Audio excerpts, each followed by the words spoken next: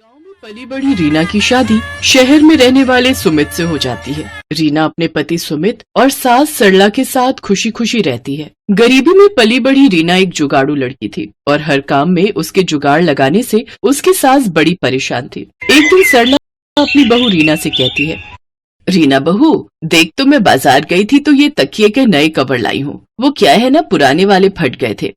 जानती हूँ माँ जी, इसलिए मैंने पुराने रखे सभी कवर को जोड़कर नया कवर बना दिया। ओह अच्छा, मैं तो भूल ही गई थी कि मेरी बहू तो जुगाड़ू है, वो हर चीज में कोई न कोई जुगाड़ लगा ही लेती है। अच्छा, अब इन नए कवर को अलमारी में रख दे, कोई मेहमान आएगा तब निकाल लेंगे इसको।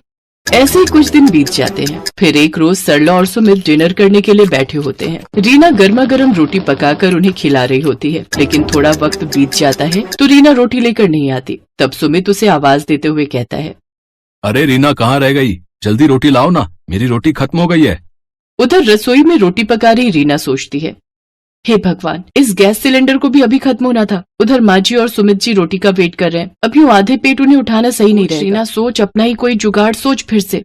इतना कहकर रीना छत पर रखी कुछ लकड़ियां ले आती है, फिर 4 ईंटों का चूल्हा बनाकर उसमें रोटी सेकती है और फिर गर्मा गर्म रोटी पकाकर सबको खाने को देती है। फिर अगले दिन सुबह सरला अपनी बहू की मदद के लिए रसोई घर में जाती है तो देखती है कि उसकी बहू बर्तन राख से धो रही होती है।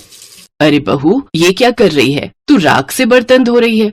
हाँ माँ जी, अभी देखिएगा सारे बर्तन कैसे चमक जाएंगे। अरे हमारे गांव में तो साबुन कहाँ होता था, हम तो राख से ही बर्तन धोते थे। बर्तन में भी चमक आ जाती है, साथ ही साबुन के पैसे भी बच जाते हैं। हाँ हाँ, वो सब तो ठीक है, पर एक बात बता, तू ये राख लाई कहाँ से? अब क्या बताऊं मैं आपको, कल रात को जब आप डिनर कर रहे थे तो सिलेंडर खत्म हो गया था और खाने के बीच से आपको उठाना मुझे सही नहीं लगा, इसीलिए मैं छत पर रखी लकड़ियां ले आई और 4 ईंट से चूल्हा बनाकर आप लोगों के लिए रोटियां सेक दी। हे भगवान बहू, तुझे पता भी है लकड़ियां कितनी महंगी हैं। वो लकड़ियां तो मैंने लोहरी पर जलाने के लिए रखी थी और तूने उनसे चूल्हा ही जला दिया। अरे माँ जी, खाना खाओगी तभी तो लोहड़ी देख पाओगी ना। अरे मेरी जुगाड़ू बहू, घर पर एक और सिलेंडर भरा हुआ रखा था, तू उसे लगा लेती ना। माँ जी आप तो जानती ही हैं, मुझे सिलेंडर लगाना नहीं आता और खाने के बीच आप लोगों को उठाना जरूरी नहीं समझा। हाँ, कह तो तू बिल्कुल सही रही है, मैं तो भूल ही गई थी कि मेरी बहू को तो सिर्फ जुगाड़ लगाना आता है, दिमाग चलाना तो उसे आता नहीं।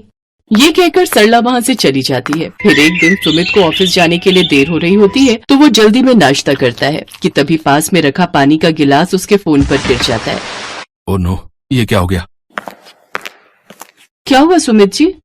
मेरे फोन में पानी चला गया है और अब ये 1 हफ्ते के लिए बंद हो जाएगा। मेरी तो इम्पोर्टेंट मीटिंग्स थी, साथ ही मुझे अपने क्लाइंट्स को कॉल भी करना था। कुछ समझ में नहीं आ रहा है कि क्या करूं।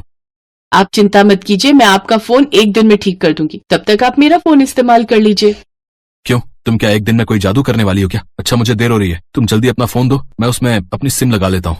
सुमित के ऑफिस जाते ही रीना उसके फोन को आटे के कनस्तर में डाल देती है। अगले दिन रीना सुमित को उसका फोन देती है तो वो जैसे ही फोन ऑन करता है तो वो पहले की तरह ही काम करना शुरू कर देता है। अरे वाह रीना, अब तुमने कौन सा जुगाड़ लगाया इसे ठीक करने में?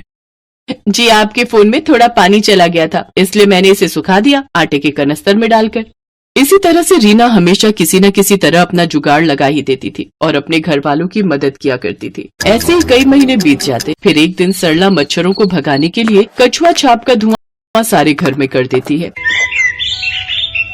जिससे कि सुमित का गला बंद हो जाता है और वो कुछ बोल नहीं पाता। सुमित जी आज संडे है, बताइए तो आज आपके लिए खाने में क्या बनाऊं? सुमित कोई जवाब नहीं देता। कब से पूछ रही हूँ, आप कुछ बोलते क्यों नहीं? इसके बाद सुमित उसे एक पेपर पर लिख कर देता है कि घर में माँ ने कछुआ छाप जलाई थी, मुझे उससे बहुत एलर्जी है, जिस वजह से मेरी आवाज बंद हो गई है और अब इसे खुलने में 3-4 दिन लग जाएंगे।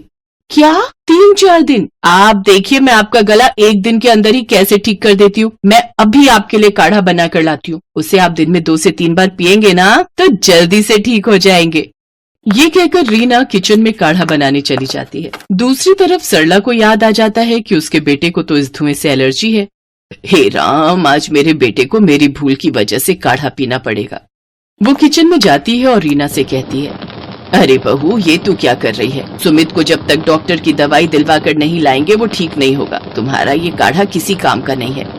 माँ जी ये काढ़ा बहुत ही कमाल की चीज है, आप बस मुझे 1 दिन का वक्त दो। अगर 1 दिन में इनकी आवाज वापस नहीं आती तो फिर हम इन्हें डॉक्टर के पास ले जाएंगे।